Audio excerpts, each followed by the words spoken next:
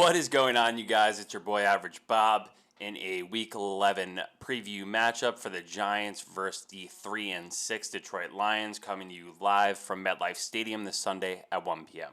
Now, I don't want to sleep on these Lions too bad because they do a number of good things well. They are gritty. They play hard. They do have a former Giants player as their head coach in Dan Campbell. He tries to bring the best out of his players, as you saw in Hard Knocks this camp. And he does tend to cry a lot, so hopefully the Giants can make him cry again on Sunday after this game. Offensively, the Lions do some things pretty well. They average around 371 yards per game, which is actually 6th best in the NFL. They also average 24.3 points per game, which also is top 10 in the NFL. So they are getting it done a pretty decent amount with Jared Goff. Their running backs, they do have DeAndre Swift and Jamal Williams, who are okay. I feel like whenever I'm watching Red Zone, one of them's always getting into the end zone at some point. Their wide receiver, Amon-Ra St. Brown, is having a pretty good season himself with 518 receiving yards and 3 touchdowns. And their tight end, TJ Hockenson, does make plays, especially in the red zone, where the Giants have kind of been lacking the last few years in their linebackers actually being able to cover tight ends, where you saw Jordan Akins last week from the Texans making some plays. I wonder if you're going to see some more Hockenson in the play action this week, where the Lions will start running the ball, because the weather conditions this week seem to be a little bit crazy. As you know, it's not being reported obviously as much as it was for the Buffalo Bills up north, where they were getting like 6 feet of snow, and they actually had to move that game to Detroit. So it'll be interesting to see how weather impacts this game again. But I'm going to just throw out there that the Giants are going to be doing another rushing attack. It's really been their bread and butter all year. Mike Kafka, offensive coordinator for the Giants, is doing a pretty good job of opening up the offense and really creating holes with their running the game. And having said that, Detroit is 31st in the league in rush defense, averaging 160.9 yards per game for opposing teams' running backs. Only team that was worse than that was Houston, who we played last week, and we ran all over. So I do anticipate another high rushing yardage game from Saquon Barkley. Again, look at his props for over rushing yards. And then we also did hit on over longest rush, which was, I think, 18.5 or something, and he had a 27-yard rush early in the game, I think. So that was nice to tick that off the box and continue to enjoy the Giants win.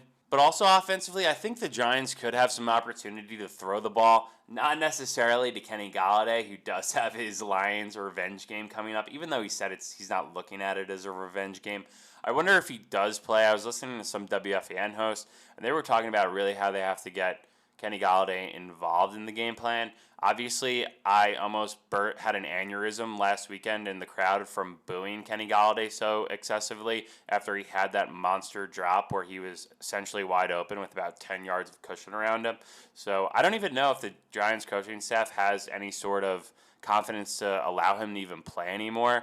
But here's the thing for Kenny Golloday. He has to start making personal changes himself and actually show that he's a confident NFL football player, competent rather, because at this point, he's really playing himself out of the league.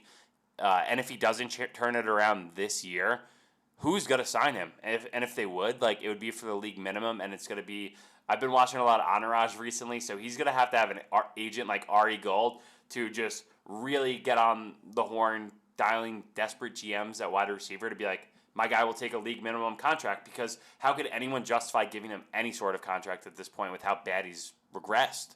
So my point being about the Giants' passing offense is that, there is a sort of resurgence from Darius Slayton, who has put together a couple good weeks in a row. He had that long touchdown last weekend, which was absolutely awesome to see. And I think Danny Dimes is going to have some time to throw the ball this week, because the Lions aren't good at rushing the passer. They've had 15 total sacks so far this season, which puts them at 28th in the league, bottom of the barrel. So they're not doing a good job of either creating blitzes or, just beating their guys up front. Going back to the Giants running the ball with Saquon, I think he's going to have another monster day, similar to what we saw in Houston, as Lions really can't stop the run. But what I do want to see a little bit more of in this game is getting other guys involved a little bit more. I don't want Saquon to rush for 35 carries again this week. I want to see a little bit more Matt Breida or Gary Brightwell to just, share the load a little bit. And my reason for saying that is obviously it's such a, wearing down our best player, but I don't want to look ahead all too much because it is the NFL, right? And it has to be, one quarter, one half, one game mentality. But the Giants do have a monster game coming up next Thursday, Thanksgiving versus the Cowboys, and they'll only have about 4 days worth of rest. So what I would like is if we can keep Saquon in that mid-20 carry range, which is obviously a lot for any other normal running back. If we could win and just minimize, 10 to 15 less carries against a pretty bad Lions defense, I would love to see that to try and keep him a little bit healthier as we do move on to the Cowboys in the next week. And I do want us to be as healthy as possible going into that game because it is sort of a make or break for our season at this point.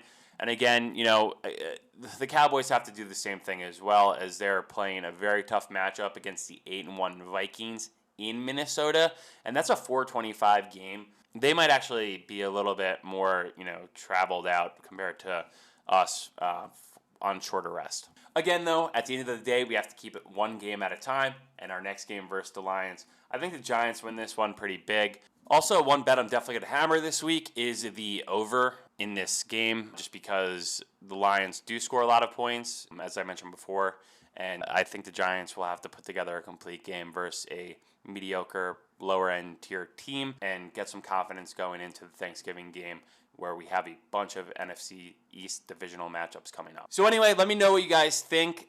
Be sure to like, comment, subscribe, and let me know if there's any bets that you guys are going to throw in the books this week.